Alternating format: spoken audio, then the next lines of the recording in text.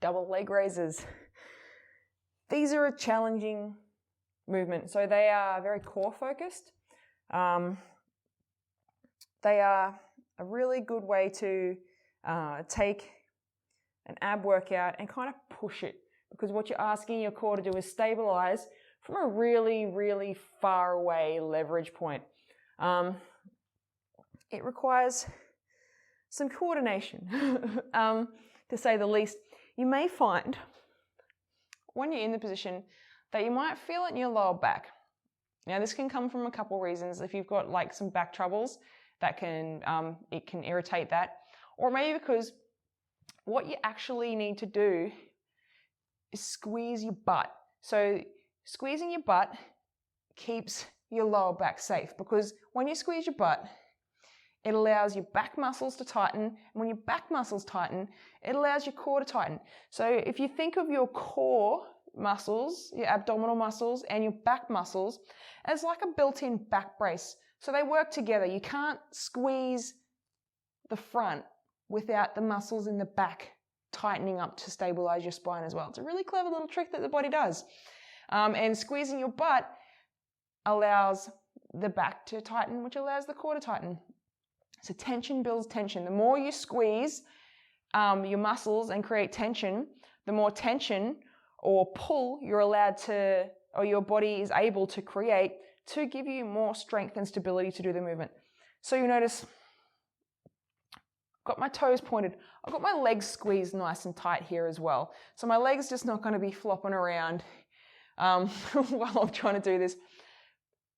Squeeze my legs together because it allows me to really, it's a tactile response. If you squeeze your legs together, you can feel the tension that's being created. If I was to try and keep my legs apart and squeeze them, I just won't be able to generate the same amount of tension that's there. So I like to use that as a little trick. When I'm squeezing my legs together, I know that I can squeeze tight. Squeeze my butt. All of this for a core workout, right? Who would have thought it takes so much other parts of the body to get your stomach to do a thing? So you always want to breathe out when you lift a weight. In this case, I'm going to exhale as I lift my legs up because my legs are the weight. They're fighting gravity. So breathe in, everything's squeezed. I'm going to breathe out. I'm going to breathe in as I lower. Breathe out as I bring them up.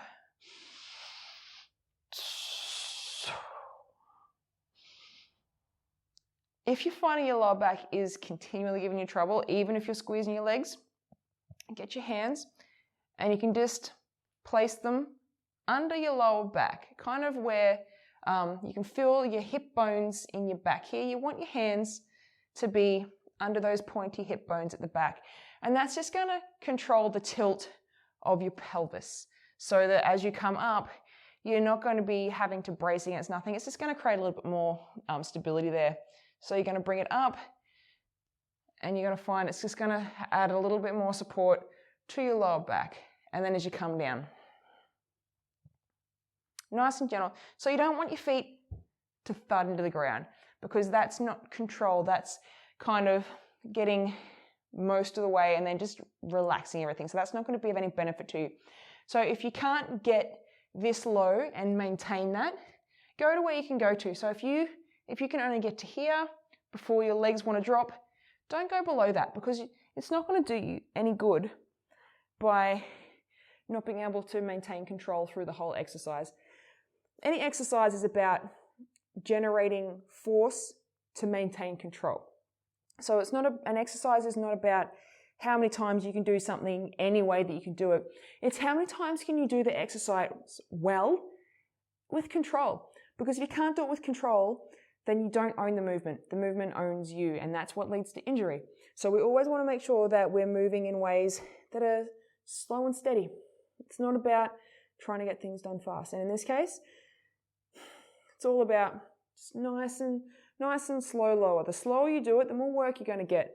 And who doesn't like more work in a training session? The slower you do any exercise, the harder it becomes. It's a nice little trick. I like it. Yes, but just remember, squeezing your leg and breathing out as you lift your legs is going to make a huge difference. You'll be surprised. So test it out and enjoy.